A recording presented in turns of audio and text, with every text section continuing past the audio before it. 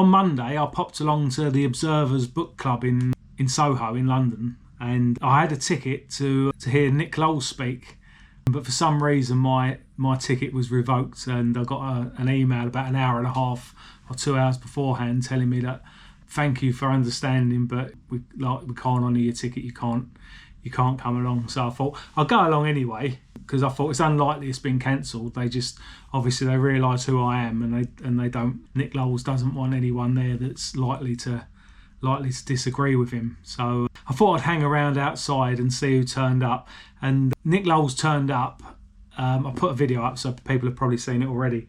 But I was hoping to have caught him a bit further away, so I could have had a chance to ask him a few questions. But because he was right outside, he got in almost straight away, so I didn't get a chance to question him as much as I have previously, and as much as I would have liked. And then I missed him on the way out, because there was two ways out, one went around the back and one around the front, and I was on my own, so I was having to alternate between the two. I think he sort of must have scurried away, either that or he stayed in till after I left. But I didn't get a chance to interrogate him properly. But it wasn't a complete failure, because while I was walking between the back and the front, coming the opposite way to me was the security guard that I'd spoken to earlier. I don't know if he saw me or not, but he was talking on his mobile phone. He was complaining something about who does the risk assessment at our end and things like that. I think he was a bit upset that someone had sort of almost got into the meeting, and he was on his own there as the only security guard, I think, at the time. So at least, hopefully, there'll be some sort of ramifications inside where they put more security on next time or something like that. So at least I've inconvenienced them a bit. So yes, it was reasonably successful. Hopefully it'd be better on Saturday and Sunday. Hope Not Hate have got a weekend of action. Apparently, obviously I'm only going by what they've said, so I don't know how true this is, but apparently they've had 600,000 leaflets printed. They've got teams going out up and down the country, nowhere in Northern Ireland from the map I've seen, only 2 in Scotland, I think 20 or 30 in, maybe a few more than that, in England. So I haven't got any exact details on the meetups. So what I was going to do was, I know roughly where a couple of them are and roughly the times, so I was just going to have a little bit of a mooch about in London and try and catch them. I don't know if I will or not. I'd like to catch them as they're meeting up, where there's a few of them and there's someone that I recognise or something like that, so that I can hopefully make a bit of a decent video out of it and ask them some challenging questions. But that's probably fairly unlikely. But I stand a reasonable chance of catching up with just one of their normal activists on someone's doorstep, because I believe they're actually going out leafleting rather than hanging around a town centre. They're going to go out putting the leaflets out door to door. So it'd be nice to have a few words with one of them, because whenever I've spoke to any of their sort of lower activists before, they try to make out I spoke to a woman called Debs up in Loughborough, and she sort of half made out she didn't really understand what they were all about, but she's their organiser up there for them. She obviously must know, but couldn't back up what they do and their disgusting attitudes. Bearing in mind that the Labour Party is supposed to be, we all know this isn't true, but the way they go on, they're supposed to be the party of the working class and look out for the working man and things like that. When in reality, when it comes to things like curbs on people's freedom and ID cards, digital or otherwise, they've always been the worst ones for them. I think ID cards were brought in during the Second World War for obvious reasons as a temporary measure, and then after the war, Labour tried to keep them going. Fortunately enough, they lost a general election, and the ID cards were done away with in 1997 and the Blair government, and they were after doing them again. So it just and they was clamping down on protests and all the kind of things that they do anyway. It's absolutely disgusting. And then they say things like, I was watching a History Debunked video a week or so ago, and Keir Starmer said it'd make it easier for people to access their money, but you can access your money anyway. So unless they're going to put another obstacle in the way, which I'm sure they will do, we don't need it to be made easier to access our money. We've got bank cards. If you haven't got a bank card, you can use, or you lose your bank or damage your bank card, you can use your passport or driver's license to go into a bank, or sometimes you can do it over the phone and they put money out of a cash machine for you and things like that. So there's no reason for that. And the way they speak about it it helps stop illegal immigrants. But as soon as they arrive, they give them a credit card. They probably give them a digital ID and things like that as well as soon as they arrive. They've got no intention of using it against illegal immigrants. It's the same as all the Terrorism Act and things like that. They let all this terrorism go on and then use it as an excuse to curb normal people and to breach our freedoms and harass us, and then say it's because of terrorism. And the same with Just Stop Oil and Stink Rebellion a couple of years ago, where they were creating loads of disruption for London and I'm sure other places. And there were enough powers that the police already had to deal with them.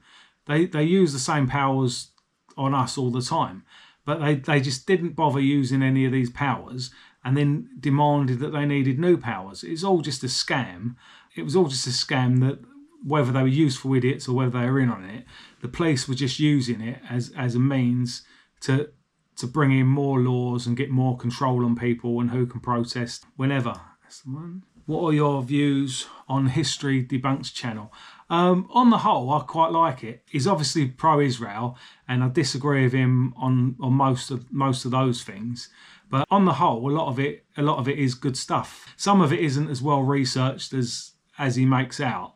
Sometimes I don't research things that well, but I don't sort of claim to know everything about them. But on the whole, I do like the channel. I watch it semi-regularly. I probably watch about 3/4 of his videos when they come out. The Stephen Lawrence spy cops inquiry is coming to an end, and again they're complaining about the fact that the Stephen Lawrence family was supposedly spied on.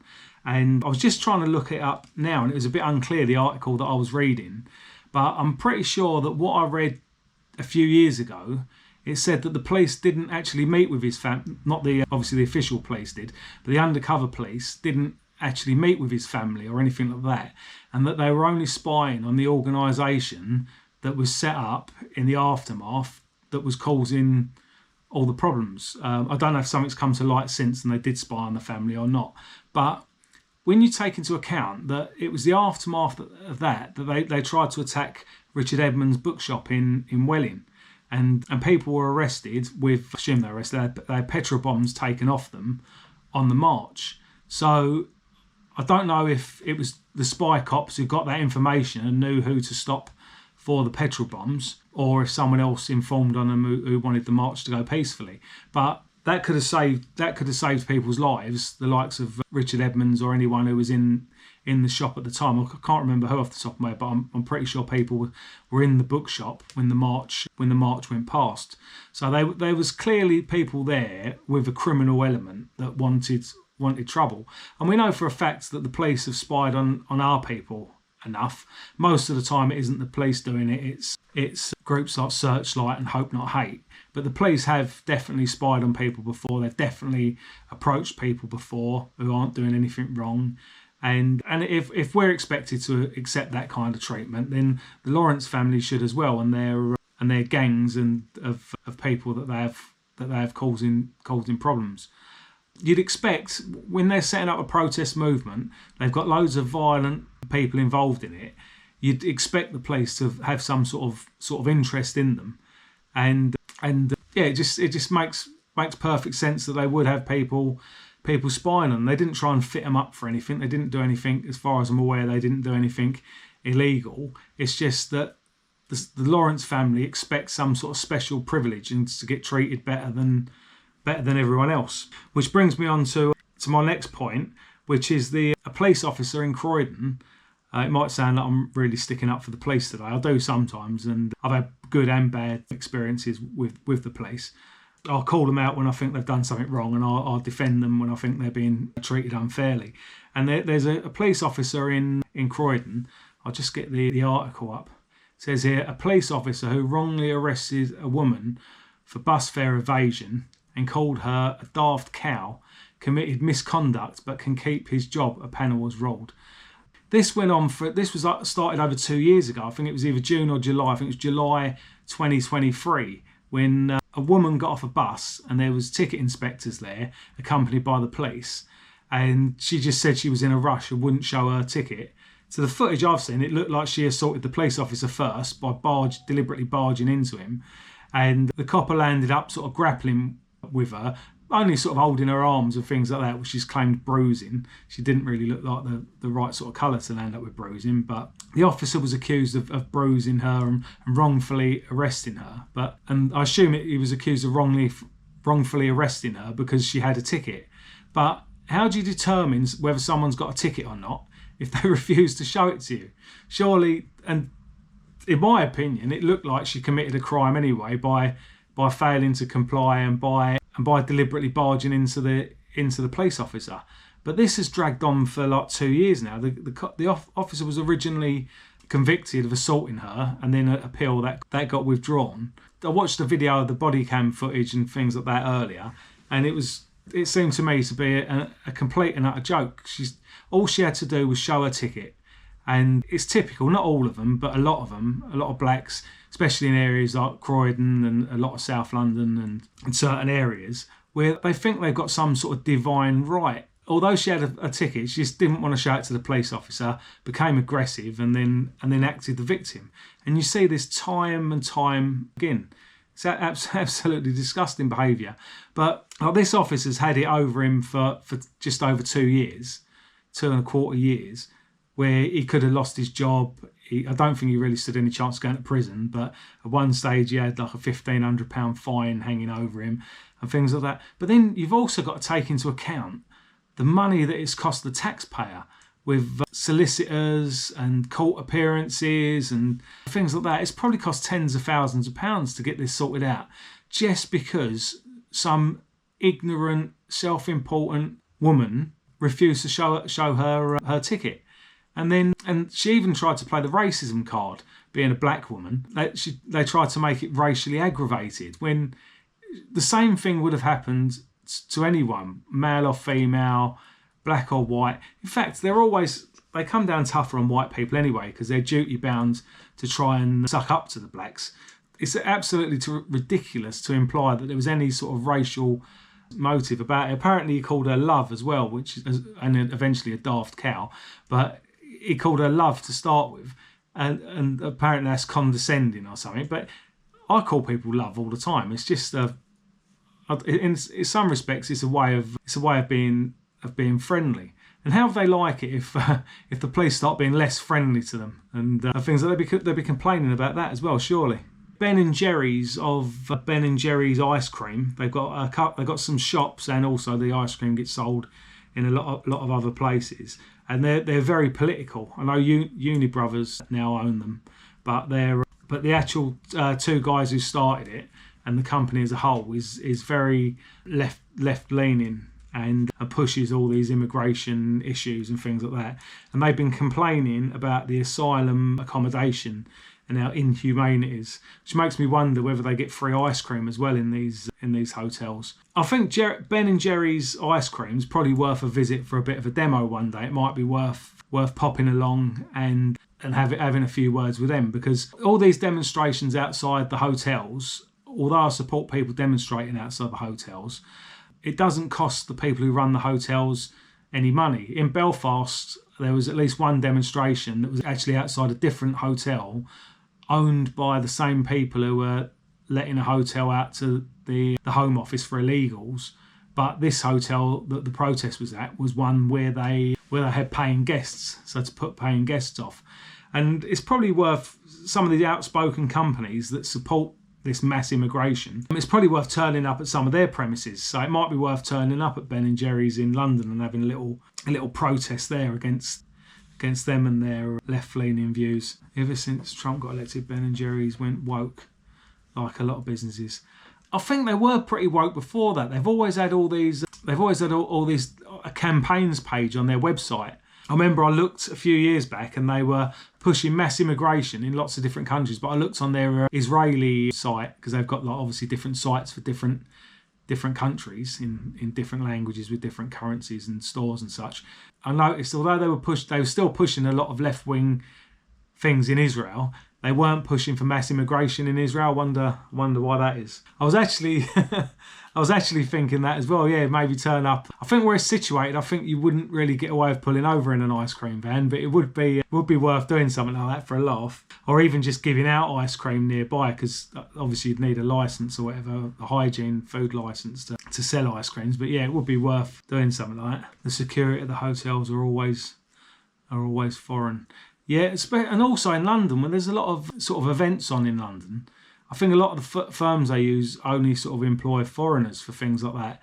Things like the Queen's Jubilee, the Queen's funeral, the King's coronation, and things like that. You see, not just security, but other staff, they just seem to employ tens of thousands of ethnic minorities, or at least thousands of them, just to stand around doing nothing. I think even football matches and things like that, you see a lot of the stewards are now foreigners. The hotel closed in Wales by Joe Marsh. Contacted contractors and businesses who supplied the hotel. Many pulled out. That's good to hear. I hadn't heard that, but yeah, that's good to hear. You have to be careful doing things like that in case you're accused of intimidating. I know when we was ringing up the bookshops that Joe Mulhall was launching his book at, and speaking with people there, Joe Mulhall claimed that they'd been threatened. I don't know if he was referring to the fact that we'd threatened to protest outside. The way it was implied was as if some sort of criminal threat had been made. Again, I don't know if other people had phoned up as well and made criminal things. The chances are that he's either completely making it up or exaggerating it. But whenever you contact any businesses like that, I'd advise anyone to sort of record themselves so that they've got some sort of proof as to what they've said, rather than getting fitted up for some sort of threat. 3+ years left of the government. How much more can we take? God forbid they get re-elected. Well, the thing is, if they're not re-elected, the most likely outcome is going to be some sort of Reform Tory coalition, where I can't imagine they'd do anything to help ordinary people. I think, if anything, it'd be slightly a good thing, because it'd be a kick in the teeth to the Labour Party. But anyone that thinks reform's going to suddenly start mass deporting people and things like that, I've got no faith in them whatsoever. Like I said before, Farage went back on his pledge about deporting all people that arrive in small boats. Then he said, except for the Afghanistans and except for women and children. I know women and children only make up about a quarter of them, but that's still a quarter of them he's gone back on deporting. And if, again, these criminal gangs, they change their operating pretty swiftly. So if we started deporting all the men and not the women and children, all the boats would just be full of women and children. So I don't think anything that Farage does will be any good to anyone. We need people that are hard line, either a proper nationalist, National Front government or someone similar, or secondly to that, someone like Trump, who, although he's no way a proper nationalist, doesn't care about ruffling a few feathers and upsetting people. But I think we've got a lot longer than 3 or 4 years of the current problems, because it's going to continue into the next government, whether that's Labour, Reform, or more likely a Reform Tory coalition. I'd like to remind everyone we've got everything sorted out now for Remembrance Sunday. Remembrance Sunday, the 9th of November, forming up at Bresenden Place at 2:15 and marching off at 2:45. Hopefully I'll see as many people there as possible.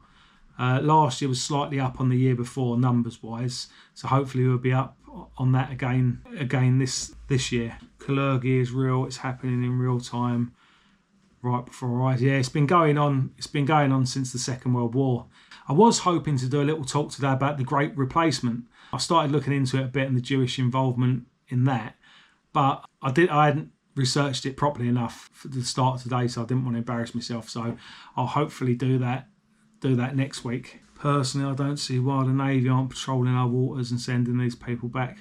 Yeah, it's due to the Refugee Convention, or more importantly, the interpretation of the Refugee Convention. Apparently, they've got a right to be taken to safe dry land as quickly as possible, and things like that. But really, they should, I think I was saying last week, a lot of these agreements, like the the European Convention on Human Rights and the Refugee Convention, they need renegotiating, and if that isn't successful, then withdrawing from it. A lot of other countries are finding workarounds with them, so I don't think they really suit anyone, so it shouldn't be that hard to renegotiate these conventions and to send them back. If they weren't getting away with it, they wouldn't be trying it. Hungary and Poland aren't taking any, and they're also refusing to pay the huge fines. Yeah, we'll have to see how that goes. I can't see how they can continue doing that unless they withdraw from the EU. I think even when we were in Europe, a lot of other countries weren't abiding by rules. Like when they were supposed to be accepting British beef again, and the French wouldn't accept it, I think they just paid a few fines. Or France and all of the EU are signed up to the European Convention of Human Rights and the Refugee Convention, the same as we are. If we're giving the refugees more than France is and more than Germany is here, either we're giving them more than we need to, or France and Germany and other European countries aren't abiding by the rules themselves. Either way, it can be sorted out, can't it? If no one else is bothering to abide by the laws, we shouldn't either. People blame the lefty lawyers, and to some degree I do as well, but the fact is we shouldn't have these laws in the first place. We shouldn't be breaking our own laws. We should be having the laws right in the first place. Just under a week ago now, the nonce from the Lost Prophets got killed in prison. Really, someone like that should have been executed by the state. It shouldn't be down to prisoners taking the law into their own hands. People like that should be dealt with by the state. UK and Ireland seem to get stuck with everybody, and they mainly get passage through France, who seem complicit to me. Yeah, definitely, yeah. But again, France have complained that we're such a soft touch that we're acting like a magnet to them. So in some respects, you can't really blame the French. They don't want them there. They're coming through France to get here. But like I said before, if we were deporting them, if 100 set off tomorrow and the 100 of them landed up back in France the same day or the next day, and then the same thing happened the day after and the day after that, they'd stop coming. It'd take less than a week before they stop coming. They might try it again in another 6 months to see if they get away with it. But it's a bit like buying stolen or counterfeit goods. If someone's selling stolen TVs for £100 or £200 and they're worth £1,000, but then everyone who buys them, the police turn up and take it, or the store turns up and takes it back, people are going to stop buying them because they realise that they're not going to get it for more than a day, might get in trouble for having it anyway, and it doesn't make any sense to buy them. And it's the same with the illegal immigrants. If people are paying thousands of pounds to get trafficked across and they're landing up back in France the next day, because also, where would the people traffickers stand? If they've paid to take someone from France to England and they've done it, surely from their point of view, that's a job done. And if the person lands up back in France again, do they have to pay again, or do they get bought over for nothing? I can't imagine too many people being stupid enough to keep paying and only being over for a day. Britain disregarded human rights laws when dealing with it. Just paid fines. Fact is, they want them here. Yeah, I think it was a bit different with the IRA because there was like ongoing terrorism at the time. But it did break some human rights law, mainly with internment. But internment didn't actually go on for that long, did it? What was it, about 18 months or something? I don't think gangs would do refunds, mind. But that's the thing, their entire business model would fall apart. If there was hundreds or thousands of people walking around Calais that had paid to get brought over here, got brought over here and was only here for a day and got sent back, again, that would completely destroy their business model. Buy one, get one free. Yeah. Hey, I think most of these human rights laws are sort of well intended, but they don't work out in real life. And they do act as a magnet to people. Like I was saying to the lefties a couple of months ago, there's something like 123 million displaced people in the world. There's probably twice that on top of that would pretend to be displaced just to get a better life and free stuff here. And it's also things that are celebrated that are seen as our greatest strengths that are really part of the weakness bringing them here. The welfare state, the National Health Service, all sorts of things like that we can be proud of are beacons attracting these people here to get them for nothing. It's one of the reasons why communism's always doomed to fail. If you've got open borders and international communism, you can't make a success of any country, because as soon as a country becomes more successful than somewhere else, you're going to get mass immigration, and they're just going to take everything that you've worked for. Why don't they do into the 40 plus supposed Islamists on the watch list? I would have thought on the watch list. I would have thought if they did into it probably wouldn't be 40,000. It'd probably be several hundred, because they've got people on the watch list for various different degrees. I would have thought. How long ago was it now? 6 years ago, I got a Schedule 7 from the police, and they detained me and went through all my mobile devices and things like that at Southend Airport. So whether I'm on the list now, I'm pretty sure I have been on that list. So if they started interning the Muslims, they would probably intern our people as well, just to sort of balance the numbers. And also, like when it was done in Northern Ireland, it was literally panic stations. It was sort of towards the start of the Troubles, and it was basically just to stop civil war from breaking out. Obviously, it didn't go that well. We don't know how well it would have gone if they hadn't done it. I think with the Islamists, the best way is just not to let them in. Get rid of the ones that are already here. Like that guy who threatened to kill Nigel Farage. I'm not a fan of Nigel Farage, but people shouldn't be threatening to kill him. He's come in, he's been sent to jail, and we're paying for that now. It cost more to keep him in jail than it would have done to keep him in one of the hotels. The paper I was reading, it was a bit unclear whether he was to be deported or not, because I know they have to sort of sort that afterwards. But we'll probably end up spending hundreds of thousands of pounds to keep him in jail for a couple of years, and then we'll have to spend tens or hundreds of thousands of pounds in legal costs just to deport him. 5 years he got. So that meets the threshold for getting deported. But again, like 5 years, I think he's only going to do about 2 out of that, isn't he? I think do you not get considered for parole after about a third of the sentence or something now? Who has a tattoo of a gun on their face? It's absolutely ridiculous. All of these asylum seekers, they offer nothing to this country. It's so easy to get into Britain by some sort of work permit nowadays, that why anyone would do it illegally is just purely for criminal reasons, because either they're terrorists or they've got criminal records in their own country or various reasons like that. Even just like a normal sort of trade, like a bricklayer or a roofer or a plumber or something like that. If you're qualified, you can just get into Britain. I suppose it's more difficult now for them to bring their kids in and things like that. But the fact that it's easier to come in as a refugee for a lot of people than it is to come on a work visa. Last week's episode, I put an edited version up on the Sunday as a podcast. So I'm doing the same today. I've got my GoPro recording me as I speak, because I know sometimes you get trouble with the signal. You get a bit of buffering. Plus, this is low quality. It's only full HD, this video.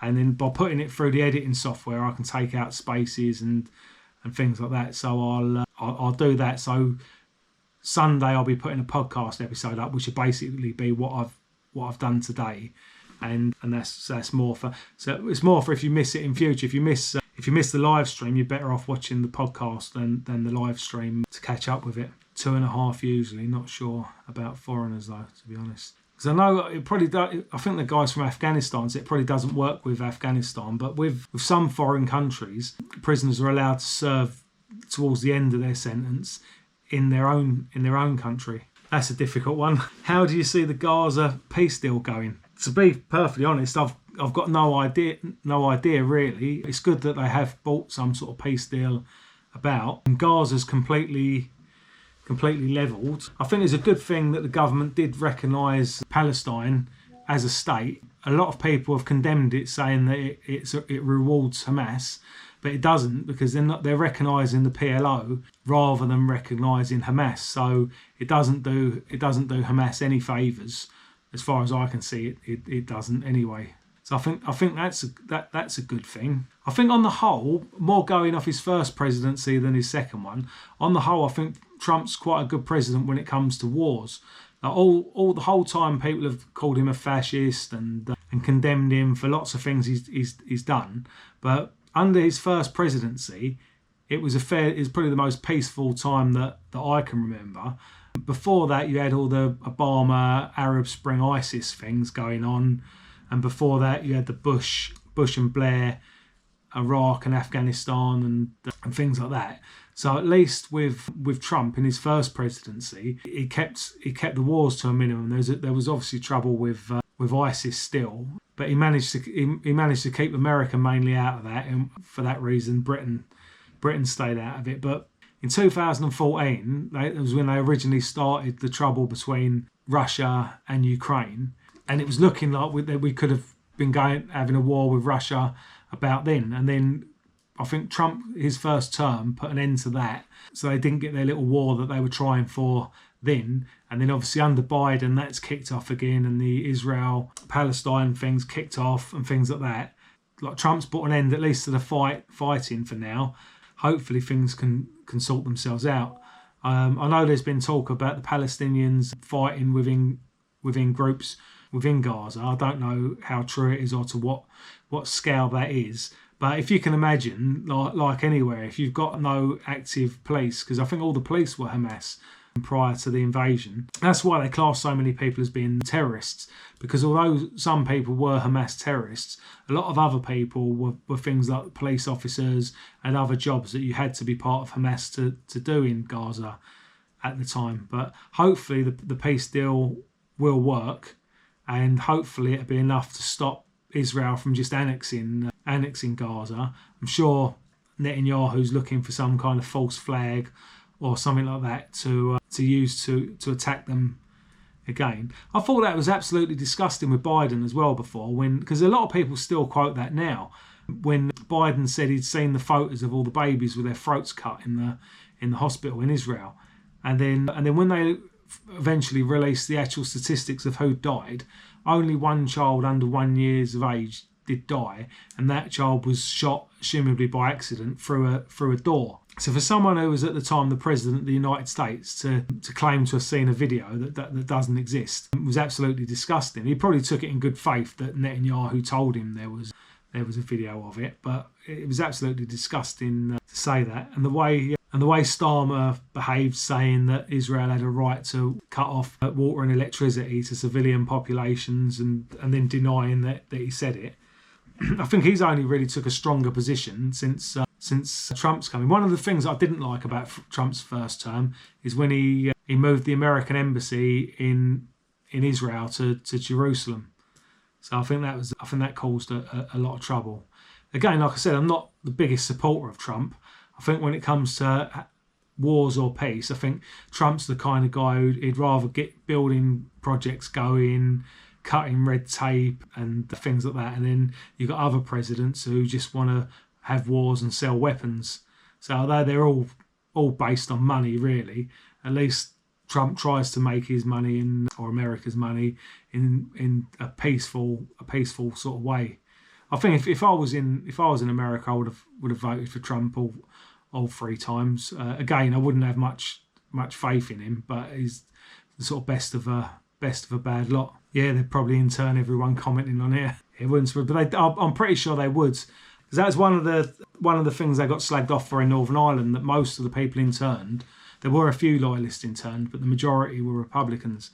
So if they did do internment again, they would try and balance it out a bit more. So there would be a lot of other people just get interned for. And that's the other thing about all the people that are against internment. Like, they still complain about the internment in Northern Ireland, but it was nowhere near as big as the internment during World War II. So are they against the British Union of fascists being interned, or are they only against internment when it's Irish Republicans? The SIA security at the hotels, the badges are given out so easy. It's basically minimum wage, $13.85 per hour, which is disgusting with security work, you put. Yeah, it is, yeah. Although I suppose it depends. With security, you're sort of more dangerous and other sort of jobs, like standing outside a nightclub or something. It's probably more dangerous, and then a supermarket, and then the hotels. The security work probably is.